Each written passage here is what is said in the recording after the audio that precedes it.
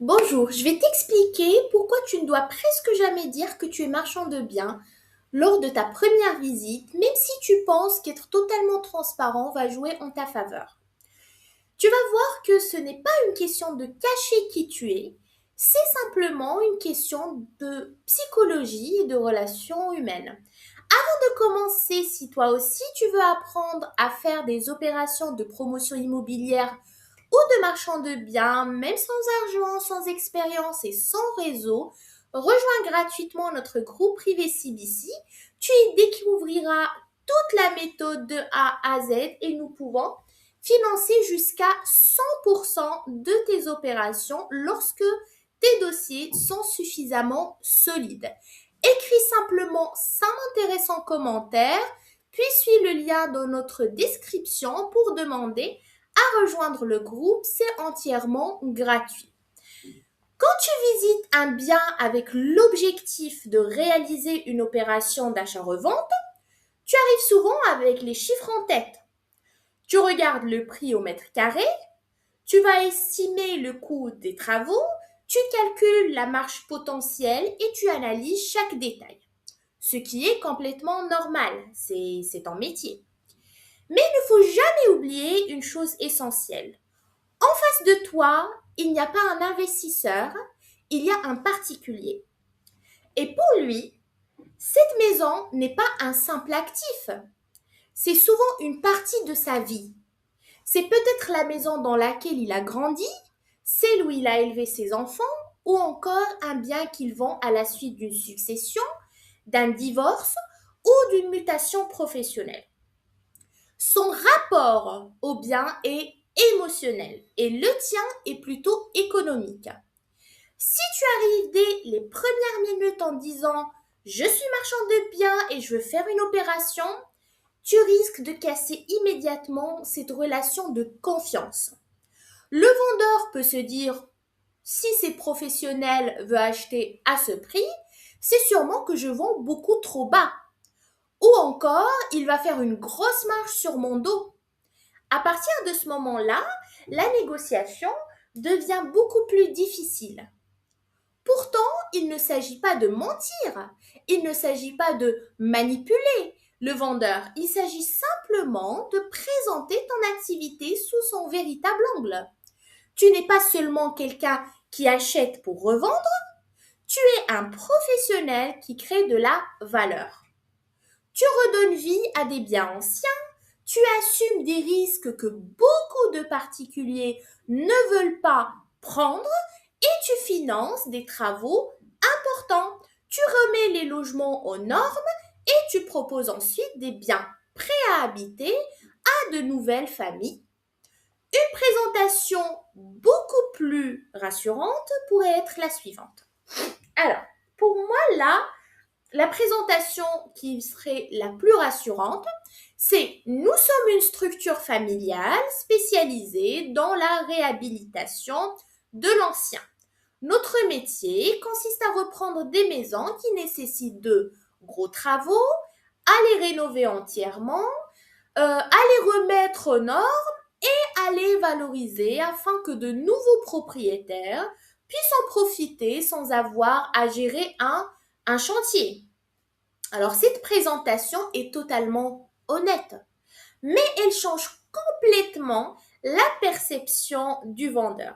Tu ne passes plus pour un simple spéculateur en vrai. Tu deviens un professionnel de la rénovation. Tu apportes une solution. Et c'est exactement l'esprit de la méthode CBC, qui signifie Control Before Capital. Elle a été fondée par Alexandre Petit, qui est promoteur immobilier, marchand de biens et spécialiste des opérations financées sans apport. Et chez CBC, nous cherchons avant tout des bonnes opérations, avant même de parler de financement. Parce que ce qui compte réellement, ce n'est pas l'argent, mais la qualité du dossier. Il y a aussi un autre point très important, c'est que beaucoup de vendeurs particuliers ont peur qu'une vente échoue à cause d'un refus de prêt bancaire. Ils ont déjà entendu des histoires de compromis signés puis annulés 2 mois plus tard. C'est là que ton professionnalisme devient un véritable avantage. Tu peux expliquer que tu achètes avec une structure spécialisée, que tu travailles avec des partenaires financiers, habitués à ce type d'opération et que ton financement est préparé en amont. Donc, tu apportes de la sécurité et tu rassures le vendeur. Et cette sérénité vaut souvent bien plus qu'une légère différence de prix. Enfin, une erreur que je vois très souvent, certains investisseurs passent toute la visite à critiquer le bien. Ils montrent la toiture, l'installation électrique, l'isolation, les fenêtres et expliquent que tout est à refaire. Ils pensent ainsi justifier une baisse de prix. En réalité, ils blessent le vendeur parce qu'ils critiquent indirectement un lieu chargé de souvenirs. La bonne approche est beaucoup plus intelligente. Alors, tu peux dire par exemple, votre maison a énormément de charme, les volumes sont très agréables et c'est justement ce qui nous plaît.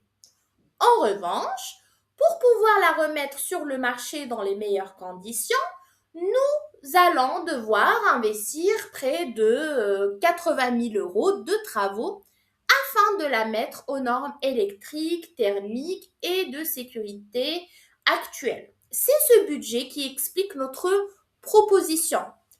Tu ne critiques pas le bien, tu expliques simplement la réalité technique et économique du chantier. Le vendeur comprend alors que ton offre ne sort pas d'un calcul arbitraire, mais d'une véritable logique professionnelle. Au final, la négociation immobilière n'est pas un combat. Ce n'est pas un jeu où l'un gagne et l'autre perd. C'est une rencontre entre deux besoins. Le vendeur souhaite vendre rapidement au bon prix et en toute sécurité. Et toi, de l'autre côté, tu recherches un bien que tu pourras valoriser grâce à ton savoir-faire. Si tu adoptes une posture respectueuse, si tu mets en avant ton rôle de rénovateur plutôt que celui de simple acheteur-revendeur, tu installes d'une manière naturelle un climat de confiance. Et c'est très souvent cette confiance qui permet de conclure les meilleures opérations. Et si tu veux approfondir le sujet, abonne-toi à cette chaîne parce que je vais partager beaucoup d'autres vidéos sur la méthode CBC et tous les leviers qui permettent de réussir des opérations de promotion immobilière ou de marchand de biens si tu es intéressé plutôt par marchand de biens. Même sans apport et même sans expérience, il suffit d'écrire en commentaire je veux rejoindre le groupe privé, puis de suivre notre lien dans la description pour faire ta demande et c'est entièrement gratuit. Sur ce, je te souhaite une excellente journée et on se dit à très bientôt.